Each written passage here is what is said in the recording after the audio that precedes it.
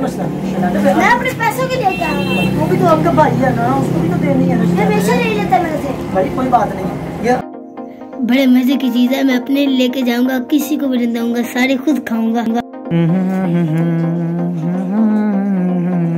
देखो मैं क्या लाया, ये देखो क्या लाए हो? मुझे भी दो, मुझे भी दो, मुझे भी दो। मैंने नहीं देना, मैंने कोई नहीं देना आपको। मुझे भी दो, मुझे भी नहीं, मेरे लिए भी लाए। मैंने आपको कोई नहीं देना। मेरे लिए भी तो लाए हो। नहीं, मैं आपके लिए कोई नहीं लाया, मेरी चीज है, इसके ऊपर मेरा हक है।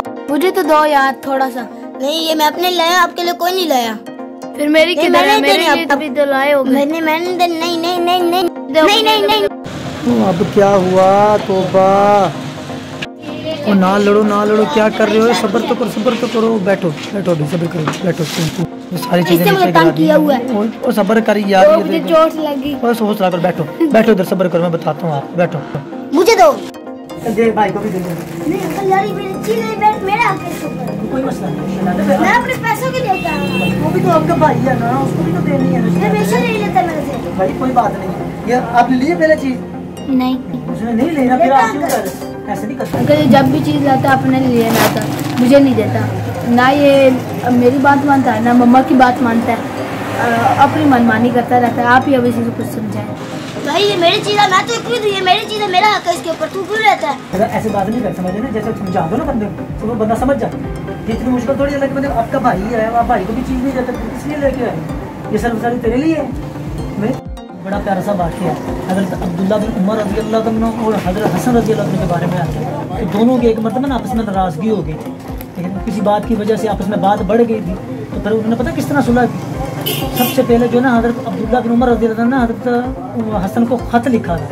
उन्होंने कहा था कि हसन देखो, तेरे मेरे अंदर ना कोई बात बढ़ चुकी है, ठीक है ना, एक मतलब मेरी भी आपसे नाराज़गी है, आपको मुझसे नाराज़गी है, तो मैं नहीं चाहता कि मैं आपके पास जो है माफ़ी मांगने के लिए आऊँ, क्योंकि अगर मैं आपके पास माफ़ी मांगने के लिए आ गया तो फिर जो है उमर का बेटा जो है फातिमा के बेटे से आगे बढ़ जाएगा।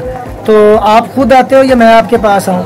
और जब पता चला ना वहाँ पे, जब उन्होंने ख़त भेजा, जब उनके पास जब उनके पास खत पहुँचा तो हज़रत हसन रज़ी अल्लाह तआला ने उसी वक्त जो है पाँव में जूता भी नहीं पहना, फ़ौरन वहाँ से भागे और फ़ौरन जो है हज़रत अब्दुल्ला बिन उमर रज़ी अल्लाह उनके पास फ़ौरन जाके पहुँचे और जाके फ़ौरन जाके माफ़ी मांगी, और इस तरह दोनों की आपस में सुलह हो गई। अब इससे सबक क्या मिलता है कि याद रखो, बात जितनी मर्जी आपस में बढ़ जाए, लेकिन कभी भी एक दूसरे के गुस्से नहीं होना। भाइयों के पास में थोड़ी कोई जोड़ होता है, भाई तो आपस में हमेशा खुश रहते हैं, मोहब्बत से रहते हैं।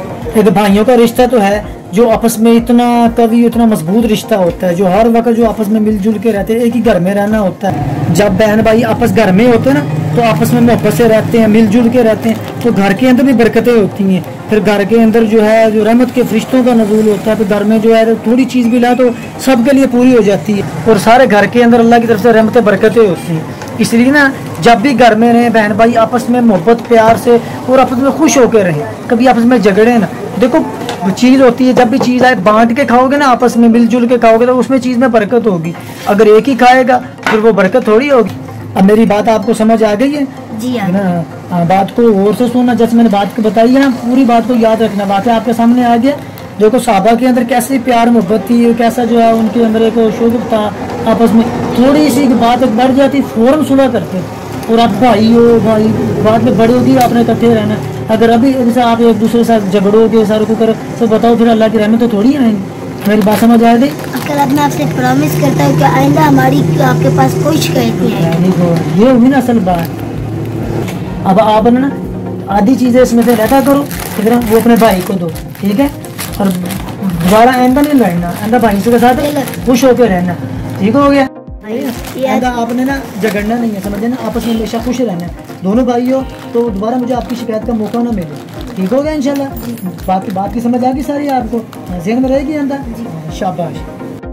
ठीक है दोस्तों, आइंदा आपने भी यही काम करना है। जैसे देखें बच्चे हैं, छोटे होते हैं, आपस में झगड़ते हैं, इनको तो नहीं पता होता किसी चीज़ का कि क्या हमने करना है क्या नहीं। तो हमेशा पेरेंट्स को चाहिए कि आपस में बच्चों की सुलह का ना आसान तरीन तरीका यही होता है कि उनके आपस में दरमियान सुलह कराएं। कोई ईमान का वाक़या, ईमान अफरोज़ वाक़या उनको सुनाने के बाद जो है उनको इस चीज़ की तरफ लेके आएँ। जब दीन की बातें उनके सामने होंगी, साहबा के वाक़े तो उनके सामने होंगे, तो फिर क्या होगा कि वो आपस में मोहब्बत से रहेंगे, मोहब्बत से जो आप आपस में खेलेंगे, मोहब्बत से आपस में चीज़ें बांट के खाएंगे। वो अक्सर हमारे अंदर क्या होता है कि हमने इन चीज़ों पे ऊपर गौर नहीं करते। बच्चे जो आपस में झगड़ते रहते हैं, हमने कहा जो मर्जी करते फिर कोई नहीं, कभी उसको डांट दिया कभी उसको मार दिया, तो मारने से कभी बच्चे सुलझेंगे नहीं, कभी सुधरेंगे नहीं, बच्चे हमेशा बिगड़ेंगे। इसका आसान तरीका क्या है कि उनको प्यार से कोई दीन का, सहाबा का कोई वाक़या सुना के, अहले बैत का वाक़या सुना के उनको दीन की तरफ लेके आए, ताकि उनके अंदर जो है दीन की पुख्तगी पैदा हो, आपस में सुलह का जज्बा पैदा हो, अखलाकियात का जज्बा पैदा हो। जब ये सारी चीज़ें बच्चों के अंदर पैदा होंगी तो बचपन से लेके बड़े होने तक ये सारी चीज़ें उनके अंदर भी, तो उनकी ग्रोथिंग के साथ साथ वो हर चीज़ उनके अंदर पैदा होती है, हर चीज़ वो सोचते हैं, माहौल के अंदर से वो असर लेते हैं। जब माँ बाप को जैसा करते देखेंगे, माँ बाप को जिस तरह वो बिहेवियर देखेंगे माँ बाप का, तो सेम वही काम वो अपने अंदर लेके आएंगे। तो आपसे भी मैं गुजारिश करता हूँ, आइंदा अपने बच्चों के दरमियान जो हमेशा अपने सुना का मामला करना है, बच्चों को अप्रिशिएट करना है। अगर कोई उनकी छोटी सी अच्छी बात सामने आती है तो हमेशा उस चीज़ को, वो उसको, बच्चे को खुश हो, उसकी हौसला अफजाई करो, ताकि बच्चे के अंदर जो है हौसला पैदा हो, माहौल से, हालात से लड़ने का जज्बा पैदा हो। बच्चों को जो है जंगल के शेर बनाओ, सर्कस के शेर ना बनाओ, क्योंकि जंगल के शेर अपना शिकार करके खाता है, और जो होता है सर्कस का शेर वो हमेशा दूसरों के इशारों पर चलता है। तो ना बच्चों को हमेशा अपने बलपोते पे करना सीखो, और इंशाल्लाह जब बच्चे अपने बलपोते पे जाएंगे, माहौल के अंदर जाएंगे, तो इंशाल्लाह लोगों के अंदर बहुत ज़्यादा चेंजिंग करेंगे। जिस शोबे में जाएंगे, जिस जगह जाएंगे, वहाँ ईमान और यकीन की और जो दीन की फ़िज़ा पैदा होगी। क्योंकि बच्चे जो होते हैं मन के सच्चे होते हैं, वो तो अल्लाह के बाग के फूल होते हैं, और हमारी हर बात को हमेशा नोट करते हैं।